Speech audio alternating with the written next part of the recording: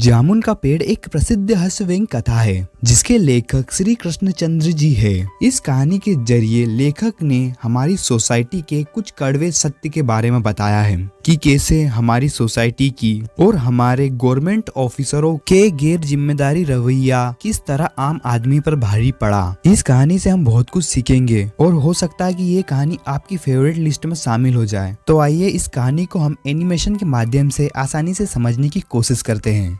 रात में आए तेज आंधी तूफान के कारण एक जामुन का पेड़ टूटकर सचिवालय के लॉन में गिर गया। सुबह जब माली ने आकर देखा तो उस जामुन के पेड़ के नीचे एक आदमी दबा पड़ा था। ये खबर जाकर माली ने चपड़ासी को दे दी। चपड़ासी ने क्लर्क तक और क्लर्क ने सुपरिटेंडेंट तक यह खबर पहुंचा दी। सुपरिटेंडेंट दौड़कर बाहर आया, तब तक जामुन के पेड़ के नीचे दबे आदमी के चारों तरफ अच्छी खासी भीड़ इकट्ठी हो चुकी थी। वहां खड़े सभी लोग उस जामुन के पेड़ के गिरने पर बहुत दुख व्यक्त कर रहे थे, क्योंकि किसी को उस पेड़ की जामुन बहुत रसीली लगती थी तो कोई फलों के मौसम में उस पेड़ से झोली भरकर जामुन अपने बच्चों के लिए ले जाता था। मगर उस दबे व्यक्ति की कोई चिंता ही नहीं कर रहा था। तभी माली का ध्यान उस पेड़ के नीचे दबे हुए व्यक्ति की तरफ गया। माली को लग रहा था कि शायद अब तक वह व्यक्ति मर चुका होगा, लेकिन पेड़ के नीचे दबे व्यक्ति ने अपने जिंदा होने की बात लोगों को बताई। माली ने तुरंत पेड़ हटाकर उस दबे व्यक्ति को बाहर निकालने का सुझाव वहाँ सभी खड़े लोगों को दिया, जिसे लोगों ने तुरंत मान लिया। लेकिन जैसे ही वो सब मिलकर उस पेड़ को हटाने के लिए आगे बढ़े तो सुपरिटेंडेंट साहब ने उन्हें यह कर रोक लिया कि पेड़ हटाने या न हटाने के बारे में वो पहले अंडर सेक्रेटरी से पूछना चाहते हैं। फिर सुपरिटेंडेंट साहब ने मामला under secretary, deputy secretary, joint secretary, chief secretary होते हुए मिनिस्टर तक पहुंचा गया और फाइल भी एक ऑफिस से दूसरे ऑफिस तक चलती रही, जिसमें आधा दिन बीत गया।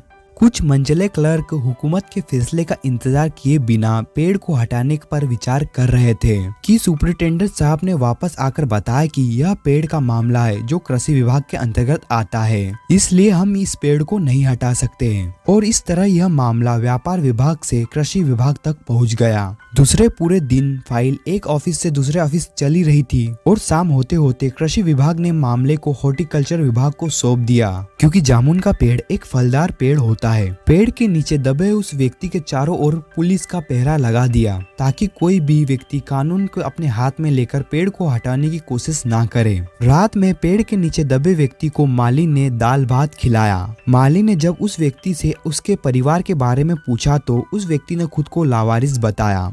तीसरे दिन हॉर्टिकल्चर डिपार्टमेंट के साहित्य प्रेमी सचिव ने जामुन के स्वादिष्ट फलों और पेड़ लगाओ पेड़ बचाओ कार्यक्रम की दुहाई देते हुए जामुन के पेड़ को काटने की इजाजत नहीं दी। तभी भीड़ में खड़े एक मंझले व्यक्ति ने पेड़ के नीचे दबे आदमी को ही काट कर बाहर निकालने का सुझाव दिया। इस पर दबे हुए व्यक्ति ने आपत्ति जताई कि ऐसे में तो वह मर जाएगा, लेकिन मंझले व्यक्ति ने तर्क दिया कि प्लास्टिक सर्जरी की आधुनिक व उन्नत तकनीक के माध्यम से उस व्यक्ति को वापस से ज्यों का त्यों जोड़ा जा सकता है। इस सुझाव पर विचार करने के लिए फाइल को मेडिकल डिपार्टमेंट में भेजा गया। मेडिकल डिपार्टमेंट ने अपने एक होनहार सर्जन से इस बारे में बात की। सर्जन ने बताया कि ऑपरेशन तो सफल हो सकता है, मगर आदमी का बचना मुश्किल है। इसके बाद इस योजना को भी बंद कर दिया गया। रात को माली ने पेड़ के नीचे दबे उस व्यक्ति को खिचड़ी खिलाई और उसे उम्मीद दी कि कल तक उसकी सारी पीड़ा दूर हो जाएगी,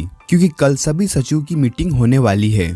तभी दबे हुए आदमी के मुंह से अचानक शायरी की कुछ पंक्तियां निकल गई, जिसे सुनकर माली सरप्राइज हो गया और ये बात सचिवालय और शहर में फैल गई। खबर के फैलते ही उस दबे हुए व्यक्ति के चारों ओर कवियों की भीड़ जमा हो गई। वहाँ एक कवि सम्मेलन सा माहौल बन गया। अनेक कवि और शायर उसे अपनी अपनी कविता और शायरी सुनाने लगे। दबे व्यक्ति का कवि होने का पता चलते ही सचिवालय की सब कमेटी ने उसका मामला कल्चर डिपार्टमेंट यानी कला एवं संस्कृति विभाग को भेज दिया।